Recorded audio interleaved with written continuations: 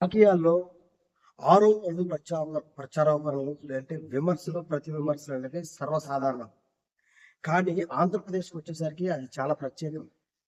ఏంటంటే శత్రువుల కన్నా ఘోరంగా ఉంటారు ఇక్కడ ఉన్న రాజకీయ పార్టీలు.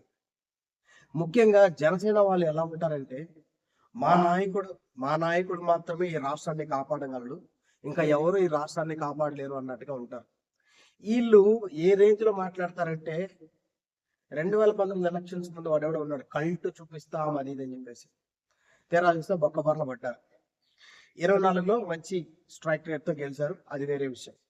కానీ వీళ్ళు చేసే విమర్శలు, వీళ్ళు వీళ్ళు వేసేవి కామెంట్స్ ఎలా ఉంటాయంటే, ఒక మాటని 10 మాటలు అనిపించిన రేంజ్‌లో ఉంటాయన్నమాట.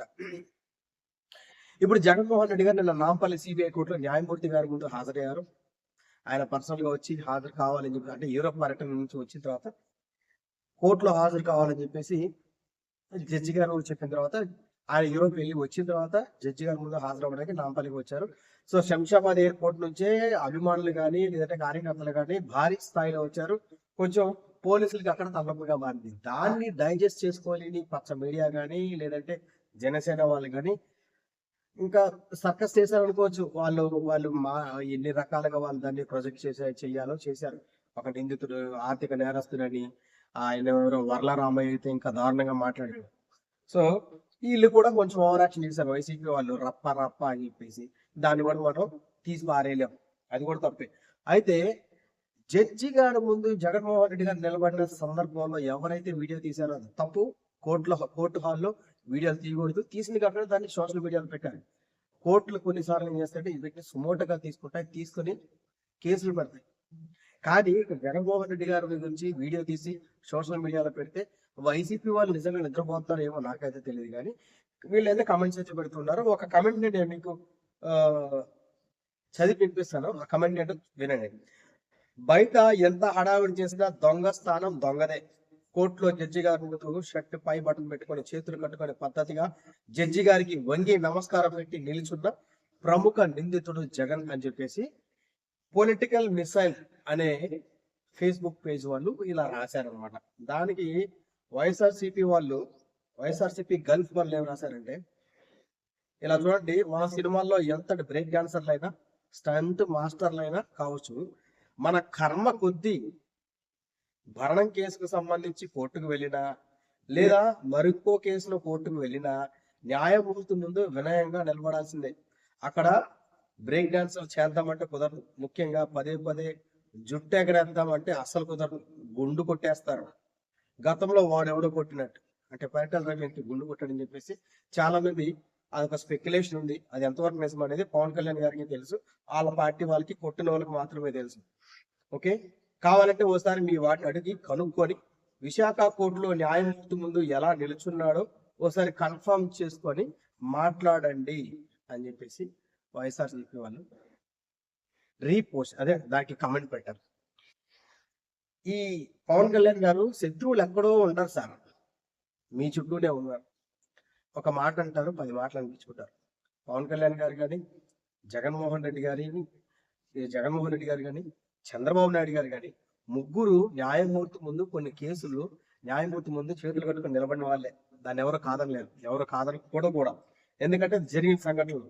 పవన్ కళ్యాణ్ గారు విడాకులు ఇచ్చే సమయంలో భరణానికి సంబంధించి కోర్టులో జడ్జి గారి ముందు చేతులు కట్టుకుని నిలబడాల్సిన పరిస్థితి వచ్చింది. అక్కడ నాకు డాన్స్ వచ్చు, నాకు మార్షల్ ఆర్ట్స్ వచ్చు, నేను అవి చేసి చూపిస్తా అంటే కుదరదు.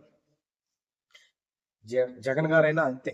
అక్రమాస్తుల కేసులో ఆయన సిబిఐ కోర్టుకు హాజరవుతూ ఉన్నారు. తన పర్సనల్ అటెండెన్స్ నుంచి మినహాయింపు కోరారు సీఎంగా ఉన్నప్పుడు. ఆయన యూరోప్ వెళ్ళి వచ్చిన తర్వాత ఒకసారి జడ్జి గారు ఒకసారి పర్సనల్గా వచ్చి కనిపించమని చెప్పేసి ఆ విషయంలో వెళ్ళారు. సో ఎప్పుడైతే ఆయన హైదరాబాద్ వస్తున్నాడు అని తెలిసిందో, బేగంపేట ఎయిర్పోర్ట్ దగ్గర అభిమానులు కానీ కార్యకర్తలు కానీ వేల కొద్ది వచ్చారు. పోలీసులకి కొంచెం తలనొప్పిగా మారింది తెలంగాణ పోలీసులకి. దానికి సంబంధించి ఒక టీవీ5 సాంబా అయితే మరీ దారుణం, ఎంత దారుణంగా మాట్లాడాడో వాళ్ళ వర్షన్ వాళ్ళది. జగన్మోహన్ రెడ్డి ఎప్పుడు ఏది చేసినా నుంచున్నా తప్పే, కూర్చున్నా తప్పే, అదిగో జగన్ నవ్వాడు, జగన్ ఇక్కడ నవ్వాడు, జగన్ అక్కడ ఏడిచాడు, ఇంకెందుకులే ఇంకా రకరకాలుగా మాట్లాడుతూ ఉంటారు. ఏది చేసినా కానీ వాళ్ళకి జగన్ ఏది చేశారని వంకరగానే కనిపిస్తుంది. వాళ్ళు చేసిన వంట జగన్ చేస్తే పంట అన్నట్టు ఉంటుంది వాళ్ళు మాట్లాడే మాటలు. సో నేనేమంటానంటే వీళ్ళు ముగ్గురు నిందితులు, నిందితులే. చంద్రబాబు నాయుడు గారు కానీ, జగన్మోహన్ రెడ్డి కానీ, లేదంటే పవన్ కళ్యాణ్ గారు కానీ నిందితులే. వీళ్ళు కోర్టులో న్యాయం ముందు హాజరైన వాళ్ళే, ఎవరు ప్రత్యేకం కాదండి. వీళ్ళు ఎవరు దోషులు కానీ ఎవరు ఇంకా ప్రూవ్ కాలేదు. ఏమో రేపు ఏమేమి బయటపడతాయో. రేపు ఈ 2029 తర్వాత వీళ్ళు వాళ్ళ మీద ఎన్ని కేసులు పెడతారో, వీళ్ళ మీద ఎన్ని నిందలు పడతాయో, నిందలు పడినప్పుడు వాళ్ళు నిందితులు అవుతారు. అందుకని మా ఊరు సచ్చీరుడు పవన్ కళ్యాణ్ మాత్రమే ఆంధ్ర రాష్ట్రాన్ని కాపాడగలడు, ఆయన ఒక్కడే దేవుడు, అభిమానులకి దేవుడుగా ఉండొచ్చు, వాళ్ళకి అనిపించవచ్చు. మీ ఊరిని దేవుడిగా ప్రొజెక్ట్ చేయడం కోసం ఇంకొకరిని రాక్షసుడిగా ప్రొజెక్ట్ చేయడం, ఒక మాట అని 100 మాటలు అనిపించుకోవటం ఈ జనసేన వాళ్ళకి చెల్లుతుంది. ఎందుకు ఒక మాట అని 100 మాటలు అనిపించుకోవటం? మీరు బాగానే ఉంటున్నారు.